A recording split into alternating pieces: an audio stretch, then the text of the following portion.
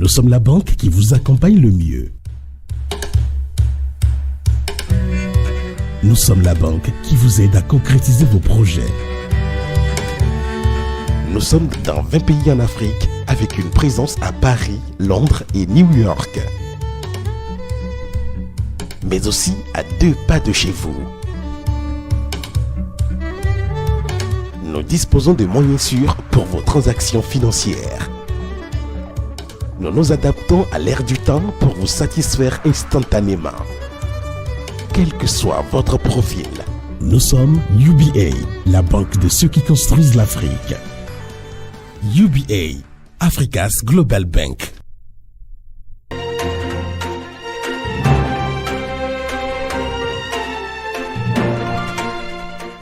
Meksan Amavi Soso, bonjour. Bonjour, cher ami. Vous êtes notre invité dans les 10 dernières minutes de cette émission. Vous êtes opérateur économique, chef d'entreprise, candidat du parti Moël Bénin dans l'arrondissement d'Agamé, dans la commune de Lokossa, dans le cadre, bien entendu, des prochaines élections communales. Et parlant d'élections communales, vous savez qu'elles seront organisées sur la base des récentes lois électorales. Je veux parler de la réforme du système partisan et du code électoral. En tant qu'acteur politique, dites-nous comment vous appréciez déjà ces réformes. D'abord, merci de nous recevoir chez vous. Cela nous permet de prendre par vous, de passer notre message à notre population à la base, une population qui a placé en nous leur confiance pour les défendre. Alors, ces réformes politiques sont les bienvenues chez nous, à Moël Bénin, parce que cela a permis aujourd'hui quand même de recadrer un peu les partis politiques, de donner de la chance à la jeunesse et de ne pas avoir des partis politiques de fait, des partis politiques qui ne sont là que de nom. Donc, ce sont des réformes politiques salutaires. On doit dire merci au président qui a eu quand même l'éveil nécessaire de penser ce projet.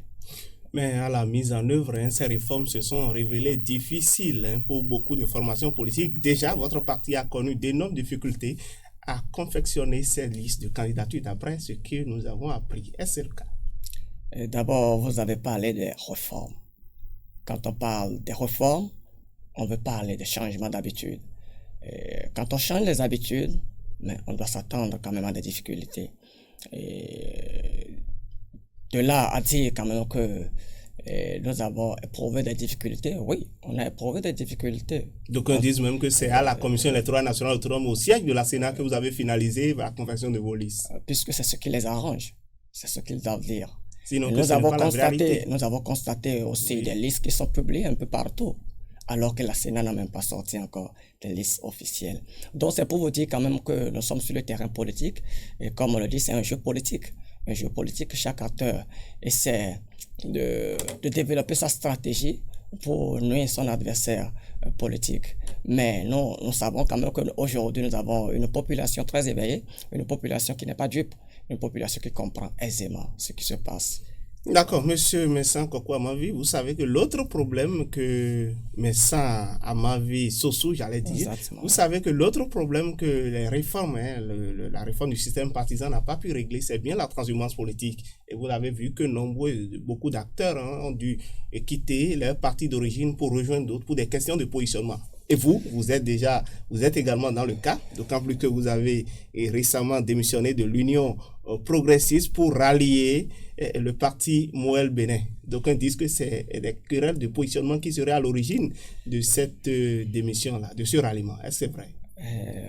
Cher journaliste, il faut me permettre quand même de clarifier un certain nombre de choses parce que c'est plusieurs questions à la fois. Oui. En fait, attaquer tout de suite que c'est une guerre de positionnement, bon, ça, c'est passé à côté du sujet réel.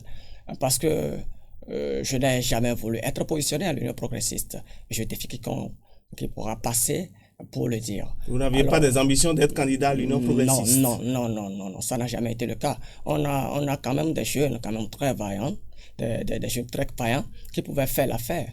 Et au passage, je peux saluer Toyin Jules, Et au passage, je peux saluer Zono Brice, qui pouvait valablement faire l'affaire de l'Union progressiste si entre-temps on allait passer par les primaires comme les tests l'avaient prévu. Mais tel n'a pas été le cas. Je ne suis pas là pour faire une guerre de personnes, mais je suis là pour faire une guerre d'idées. Donc je vais profiter pour clarifier les choses comme je l'ai dit au départ. En réalité, on devrait s'attendre à ce qui se passe aujourd'hui. Et qu'est-ce qui se passe aujourd'hui? Ce qui se passe aujourd'hui, ce que vous appelez, sinon de commun accord avec tous les autres journalistes, transhumance politique. Oui, c'est une réalité, non? Non, mais les déplacements sont une réalité. Oui. Mais l'appeler transhumance, bon, ça, je vous le concède. Ce que moi je veux expliquer par là, je disais quand même qu'on devrait s'y attendre, c'était quoi? On a fait une réforme. On a décidé subitement de changer les habitudes. On a contraint les acteurs politiques de se retrouver dans un parti politique. En ce moment-là, ce qu'il y a lieu de faire, c'est de pouvoir se retrouver quelque part d'abord. Nous avons beaucoup d'acteurs politiques qui sont ensemble de corps, mais ne sont pas ensemble avec leurs idéaux. Donc on devrait s'y attendre. Quand les idéaux sont divergents, on doit commencer par chercher comment se rallier à quelqu'un d'autre quand même qui développe les mêmes idéaux que soi. Donc vous voulez dire que vous ne partagez pas les mêmes idéaux que l'Union progressiste? Au départ, on était à l'Union progressiste. Oui. Je viens d'évoquer un cas, par exemple, des primaires, par exemple.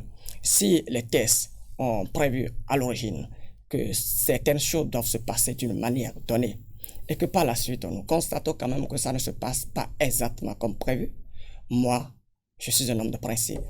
Je suis un homme de principe. Je préfère être simple électeur que d'être un membre de fait. Donc, du coup, je préfère démissionner. Moi, c'est moi ça. Et vous l'avez fait justement. Vous avez rejoint le parti Mouel Bénin, le parti présidé par Jacques Ayadi, et vous avez été d'ailleurs positionné si la Sénat parvenait à valider donc le dossier de votre formation politique pour les prochaines élections. Vous serez donc tête de liste dans l'arrondissement d'Agamey, un arrondissement de la commune de Lokossa. Lokossa, justement, qui est réputé être une chasse gardée de certains leaders politiques. Comment entrevoyez-vous cette élection, cette bataille de la conquête de la municipalité? Nous sommes sereins. Nous sommes sereins. Au passage, je vais dire à ma population de base, à ceux-là qui ont vu quand même que je peux les représenter, parce que sans cette population, moi, je ne suis rien. Un acteur politique sans sa base électorale n'est rien. Donc, au passage, je ne prends pas ici pour leur dire merci pour la confiance placée en moi. Et je dis quand même que le Bénin appartient à nous tous. Et aucun parti ne détient le monopole d'une région donnée. Et je profite aussi pour leur dire qu'en réalité, d'être serein, que la Sénat va valider notre liste parce qu'on a pu satisfaire à 100% les exigences de la Sénat. Donc, d'être confiant, de ne pas céder au chantage politique. On est là pour leur donner ce qu'ils veulent. Maintenant, revenons à la question de comment nous entrevoyons. Avant d'en venir, la Sénat, vous avez parlé tout à l'heure de ce que, apparemment, vous êtes serein par rapport à la validation de votre liste par la Commission électorale nationale autonome. Mais d'aucuns trouvent que vous avez bénéficié de cette indulgence, de cette clémence de la Sénat qui, justement, a laissé votre formation politique faire 24 heures, voire 48 heures avant de déposer formellement ce dossier. Mais visiblement, vous allez voir quand même que ce ne sont que des ragots. Oui, pourquoi je le dis? Parce que la Sénat a fixé 1 heure pour que les partis soient là. Voilà. Est-ce que notre parti était parti à la Sénat après l'heure? Je crois que non. Notre parti était bien parti avant l'heure de fermeture. Maintenant, quand le parti est là et que avec cette situation de Covid, on prend des moyens, des dispositions pour prendre d'une façon donnée les acteurs politiques, ça n'était pas plus de nous. On doit rester là jusqu'à ce qu'on nous reçoive et c'est ce qui a été fait. Donc, passer par là pour dire quand même qu'on a une certaine clémence, je pense quand même que c'est de la mauvaise foi. Ce n'est pas vrai. Alors, vous êtes candidat, hein, on l'a dit, à Agamem, qui est connu comme une zone où il y a des coopératives, une coopérative d'aménagement rural. Il y a quelques problèmes au sein de ces coopérateurs-là et certains ont été d'ailleurs limogés, ont perdu leur poste pour avoir rejoint votre formation politique. Dites-nous quel est l'état de la situation actuellement, puisque vous êtes très actif sur ce dossier. C'est vrai quand même que c'est une situation déplorable. On ne devrait même pas vouloir exposer notre région sur les antennes à propos de ce genre de situation. Mais comme la question est posée, nous sommes obligés d'y apporter quelques clarifications. C'est vrai quand même qu'il y avait une situation par rapport aux patrouilleurs de notre coopérative. Je dis bien notre coopérative parce que c'est le cas. C'est une coopérative. Cela n'appartient à personne. Mais cela ne voudrait pas dire qu'on ne va pas prendre des mesures pour le développement de cette coopérative. Oui, nous sommes d'accord pour ça.